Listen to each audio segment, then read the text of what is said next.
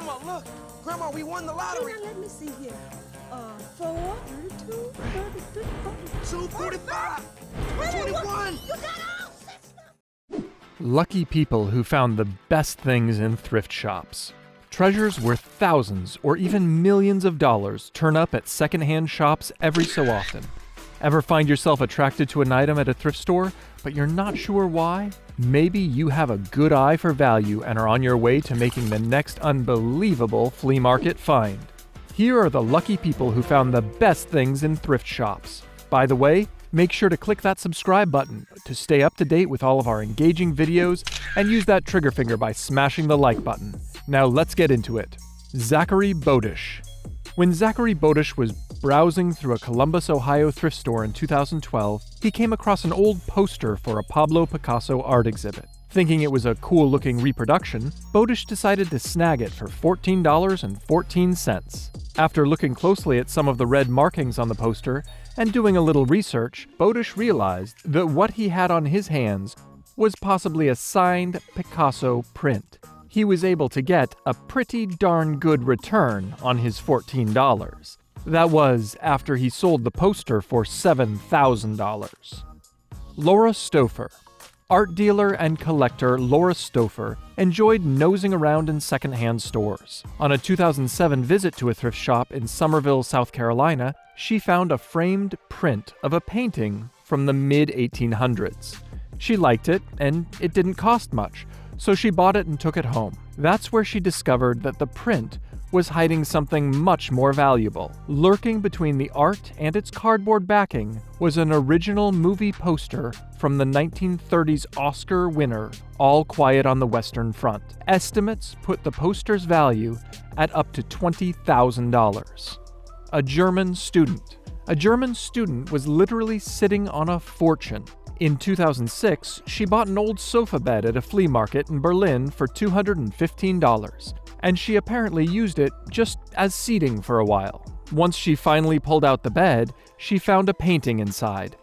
The Kunstkettler auction house revealed that the work was Preparation to Escape to Egypt, painted by an unknown artist in the early 1600s. It sold at auction in 2007 for $27,630. Leroy. A South Carolina man identified only as Leroy bought a painting from Goodwill, mostly because he liked the frame. Leroy, a former antique dealer, said he thought the frame was worth $50, which made the price tag of $3 seem more than fair. He also figured the oil painting was from the 1800s and might earn him another $100 or so if he sold it online. Later, his daughter-in-law took it to the Antiques Roadshow and received an appraisal of $20,000 to $30,000 on what was actually a Flemish school painting from 1650. But it ended up earning $190,000 at an auction that included international bidders. Beth Feeback. It was cold weather that drew Beth Feeback to the North Carolina Goodwill store in 2012. At the shop, she happened to notice a few paintings selling for $10 each and purchased them, thinking she'd paint over the large canvases.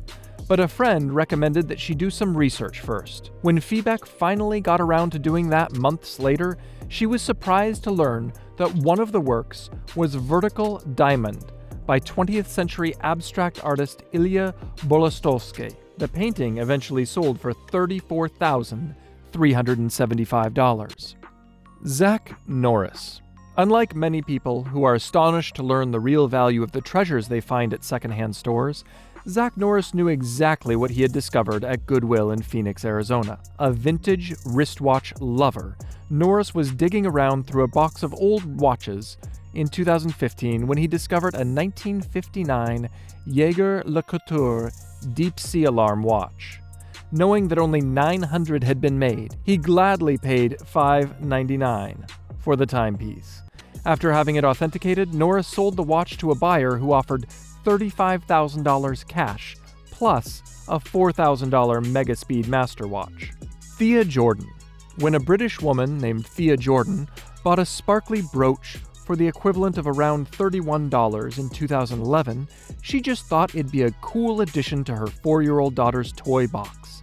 The girl wore the jewelry to school and on errands, and no one thought much about it. The family assumed it was a costume jewel surrounded by fake diamonds. But an appraiser spotted it while Jordan was having her engagement ring valued for insurance. Turns out the jewel was a royal gem once worn by a Russian Tsarina. Jordan was able to sell it for $43,000. Rick Norsigan. At a garage sale in 2000, a Fresno, California house painter noticed images of Yosemite National Park on glass plates of old photo negatives. After some negotiation, Rick Norsigan bought the lot for $45. He had a hunch the images were by the iconic nature photographer Ansel Adams. So, Norsigan asked some experts. They told him he was right, and that his find may have been worth more than $200 million. But the Ansel Adams Publishing Trust disagreed and sued Norsigan for selling prints made from what he was referring to as Adams' lost negatives.